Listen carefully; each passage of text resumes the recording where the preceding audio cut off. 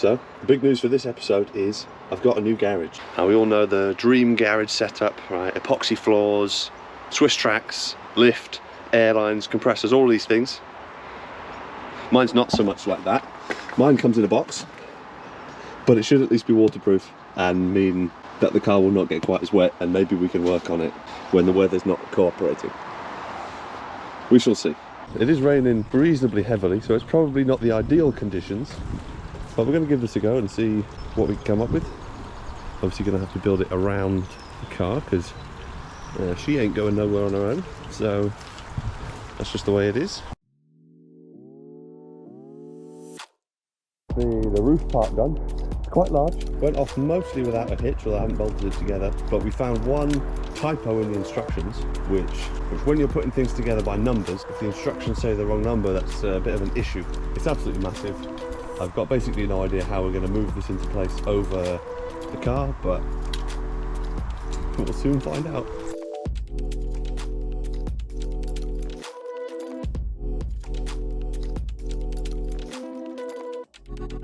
There we go, it's finished.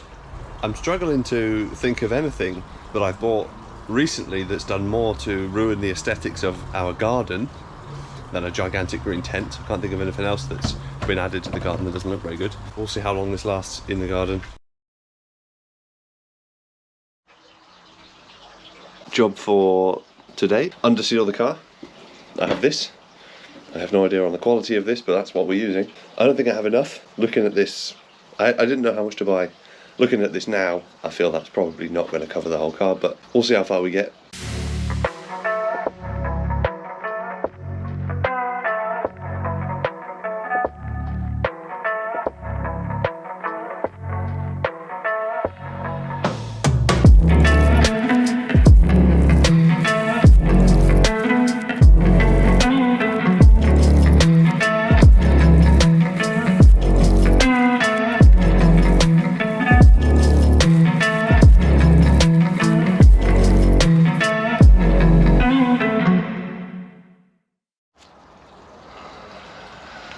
Hardly the most interesting job to watch, but everything under here is now undercoated. New seals, etc. I think it looks alright. Okay, so the first coat of underseal is done, but I think it's probably worth doing a second one just because there are a few patches where it looks a bit thin, and I would rather not have to do this job again after I've put the subframe back in, so I'm going to go for a second coat. Second coat complete. Happier with how it looks now. There's good coverage in most places, not too much up here because I didn't want to have the suspension mounting into a bunch of underseal, but on the whole I think we're done there.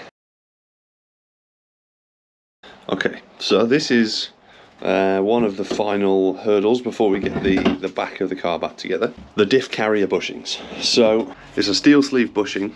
You see from this side, kind of normal, what you'd expect. But on the top is actually a top hat kind of arrangement, so you can't seat any kind of press or bushing removal tool or anything on the top. So I can't really press it out, beside the fact it would probably be really difficult to push out. So we're going to have to come up with something else. I was hoping, I think I said before, I was hoping to get a garage to take it out for me, but all of the local garages I asked said no. So we're doing it ourselves. One way I've seen people doing it is with like an air hammer from the back, so you kind of use that to push it out. It's a bit difficult to hold this thing in place, so that's, and I haven't got an air hammer or a compressor, so that's not what we're doing. We are going to go for a slightly more destructive approach. So I'm going to remove this central part of the bush here and then try and cut the steel sleeve in a few places, and hopefully we can then chisel it out and remove it all in pieces without having to push it out. Maybe this goes well, maybe it doesn't, but I have these nice new bushings. Well, I hope they're nice. I want to put them in, so we're just going to go for it. I've been thinking about it for a while, but let's do it. The main tool we're going to use for removing this is a reciprocating saw, which I do not own, but friend of the channel, kind sponsor, who wishes to remain anonymous, known only as Three Finger Joe, has donated this wonderful tool. He's even made it more YouTube friendly to keep everyone entertained. So we'll see how we get on with that. The first step is going to be to remove this central part, which is all rubber, so hopefully it's not too difficult to get it out. One of my reservations around doing this is a perfectly good bushing. Like, looking at this, there's nothing actually wrong with it. It's just maybe slightly more flexible than we would want. So I hope we don't get halfway through this job and find out some reason why we shouldn't have started in the first place. But we're going to give it a go.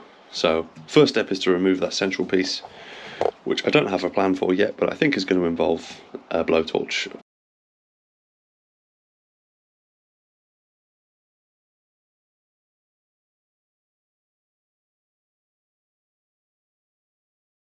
Well, the good news is we're now past the point of no return, and that's where all of the best problem solving happens.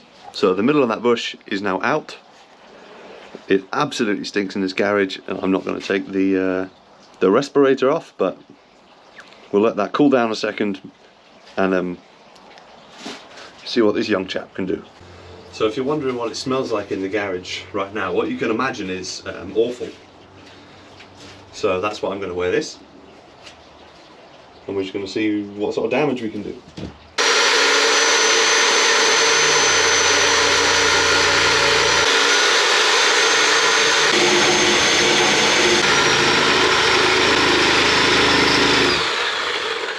Right, okay, issue number one, it's really hard to tell when you're through the steel. And I don't really want to cut the diff carrier in half, and it's only aluminium, so I think this boy's going to go through it like cheese.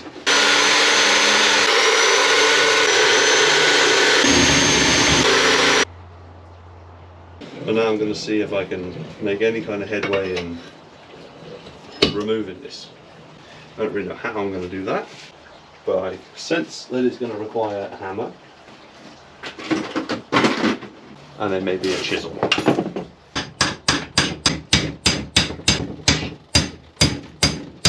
Doesn't feel like I'm all the way through.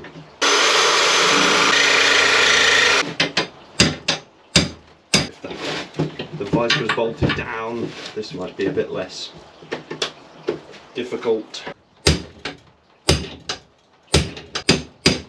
I get the feeling I haven't cut all the way through this.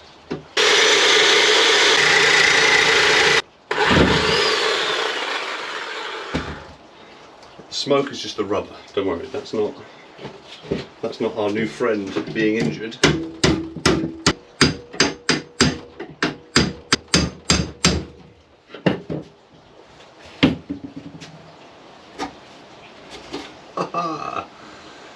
Easy when you know how. That's the the board that it sits in. That's what the bushing itself looks like, so you can see the steel top hat. We didn't cut all the way through it there, but we did there. And as soon as it had that relief, it comes in and out pretty easy. Okay, side two. Now that I'm an expert and I've taken the one out, I'm going to speed run this. It's going to be one cut, or is it going to be two cuts? Two cuts will be easier. I'm going to try and do two cuts, knock that section out, bushing comes straight out. Everyone's happy. Okay, start the timer. 3, 2, 1, go.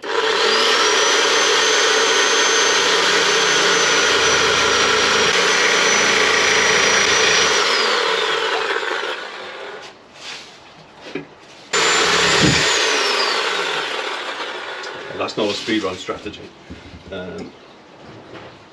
It's probably quite a dangerous way of using the tool, actually.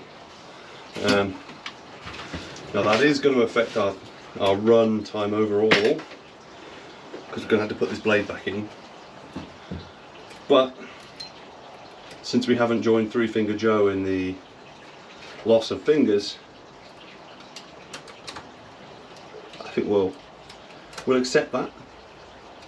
It was a nice learning experience.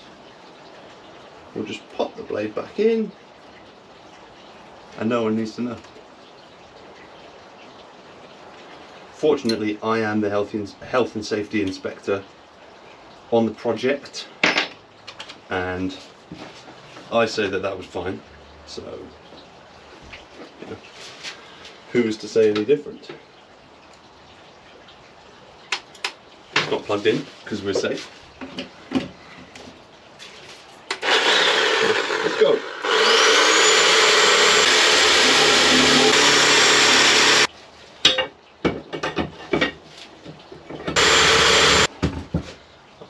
We may be more than through, but better than less than through. I know I said we were going to do 2 cuts, but I'm feeling good about 1.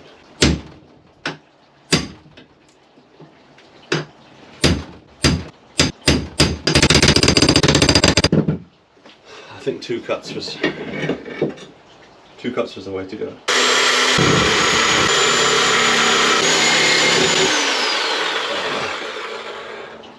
I think that was it there. Oh, that's the way to do it. Oh, the speed run's still alive. We're on world record pace. You just want to make sure you don't fumble it at the last moment, which is what I'm doing. Oh, it's just slipping away from us.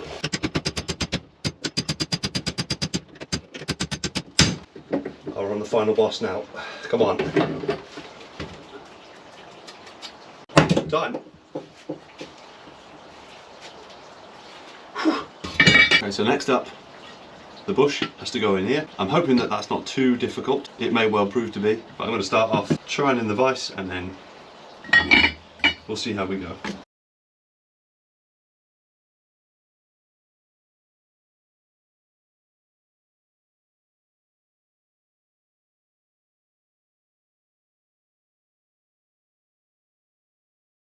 I stand upon a field of victory.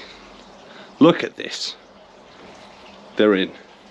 That wasn't too bad, just had to figure out the right setup with the vise. If you had a press, obviously that would be no problem. Had to get a few bits of wood to support things here and there and push things in properly, but there we go. Now I've just got to put the metal kind of insert sleeves in the middle, and that's all ready to go. This is a potentially historic event because I'm not sure about the exact lore of the series, but this may be the first thing that we're putting back together. So there we go, mark your calendars everyone. Haven't even lost the nuts, which is pretty incredible. So there we go. Get this back together and then we can start on putting this thing back together.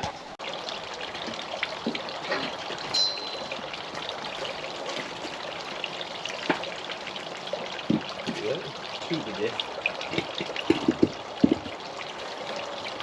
We'll see how that goes first. Because this is actually the bad.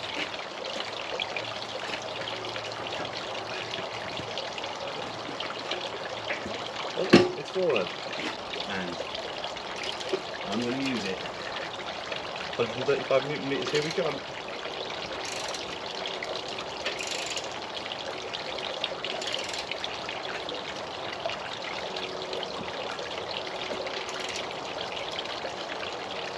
That's a lot of Newton meters. That's a lot of Newton meters.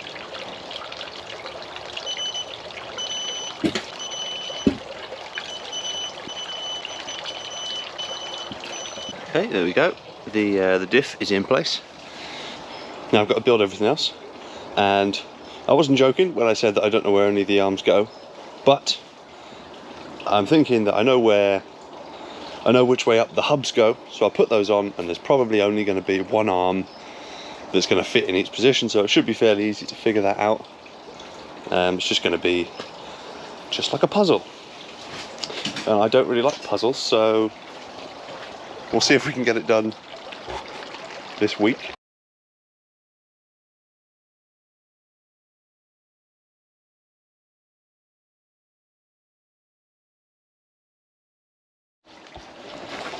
Okay, we're making a bit of progress here. I put the hub on upside down initially. I know which way up the hubs go. I put the hub on upside down initially. I know which way up the hubs go.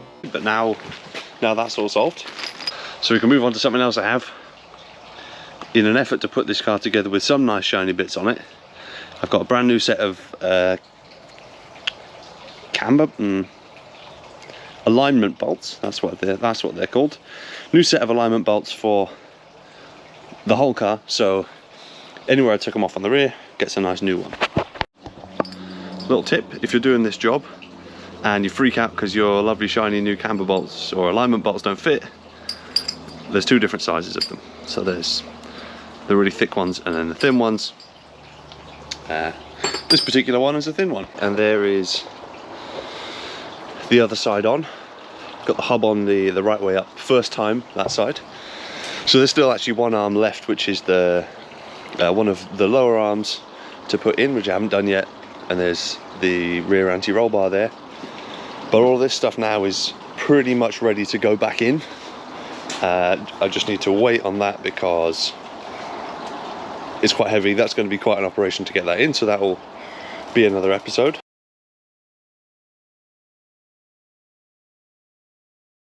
Big milestone, the first shot inside the car of the whole series, and we're inside for a reason. Obviously, mostly everything looks pretty nice. It's a bit of a mess just because I've been, as you've seen, pulling out parts of the interior here to get the carpet up.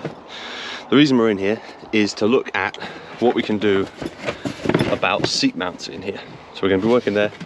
One extra thing I've noticed, I don't know if, someone tell me, is this poor Mazda build quality, or is, this car's only got 80,000 miles on, has someone managed to wear through the carpet that much? That seems crazy to me. Anyway, seat mounts. I wanted to get the carpet up because I wanted to have a look at what's going on under here. This is the area the seat mounts to, and I want to see what I can do to get it to be as low as possible, to give me as much headroom as possible. Here's what I'm thinking. These two bumps here are where the seat mounts to. Okay, there's two there, and then they bolt in at the front here. But I've got, for the OEM seats, I have some lowering adapters which come off this and then downwards, so the seat rail actually mounts down here, and that seems to work pretty well. I can sit in the factory seats with a helmet on and not touch the roof. That's what I've had for the 2 track days I've done. So my plan is to see what I could do to recreate that with bucket seat mounts. So I'm gonna see if I can make something which will come across here and then down, and I can mount the seat or the seat rail type thing, the seat mount, to that. And the first thing I'm seeing is it's got a thick chunk of sound deadening, so I'm going to try and just remove a section here to see if I could go a bit lower, because I think this is really going to be a case of every millimeter we can get is going to be helpful. Everything will count, so that's what I'm going to start with. Some of the sound deadening removed. Yeah, there is a decent amount to gain here. If I look at how high this nodule is, I think it's probably, I don't know, a couple of centimeters at least.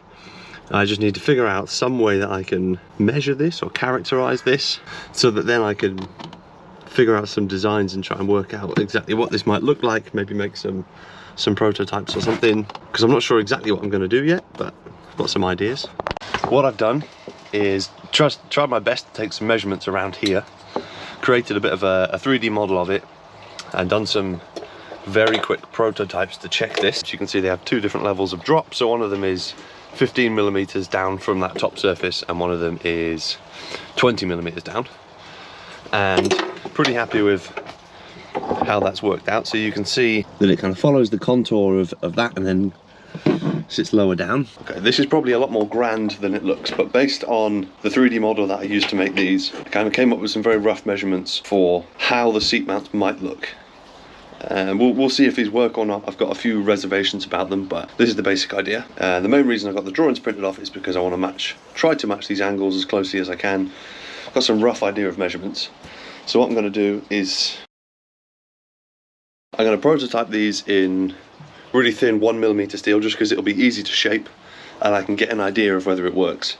And then once I'm happy with the kind of shape I've got, I'm going to make the final ones out of, I think, 3mm, maybe 4mm steel, because that matches what the seat rails are. The first step is going to be to try and create this in the 1mm steel, see what works, see what doesn't, and figure out exactly what sort of an arrangement we're going to have to do.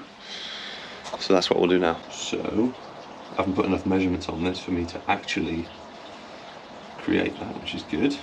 My drawing's not very good. 5, 20 there, sorry, to there, plus 5, plus 20, it's 45 there. Okay, I don't really know what I'm doing. This is not my forte.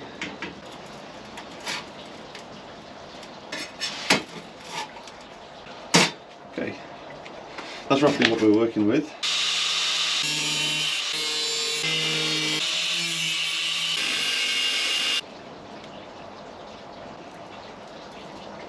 That was a bit much.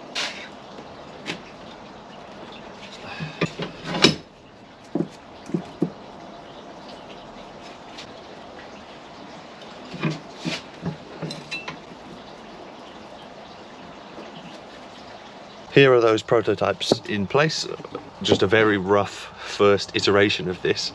So you can see we have the drop that we're looking for. So it drops down from the level of where the nodule, the seat mount thing is, and drops us down and gives us all this extra height, which is nice. You'll see this one's a bit of a strange shape, and that is because I wanted to place it so that the mounting points put the seat rails central to the steering wheel. So that's why it's like that, and this one's not stepped over as much. This puts us roughly where we want to be. This shows you kind of the idea of what we're going for. So seat mount at the back that drops down, so the seat rail, the side mount, and this isn't the final one, mounts a bit lower down, gaining us all of this height. But then it goes up towards the front, so the whole thing will be leant back a little bit, but that's fine because you either want the seat a little bit leant back, or you can adjust for it in the mount. The side mounts I have a lot of adjustment. I think I will probably make this one piece, so it'll go from the back all the way to the front, so that's one piece just to reduce some of the potential flex. At the back, where I've got this currently just like floating, I'll put some material there just to not bolt it down, but just so it can't move downwards. There'll be some extra stuff there.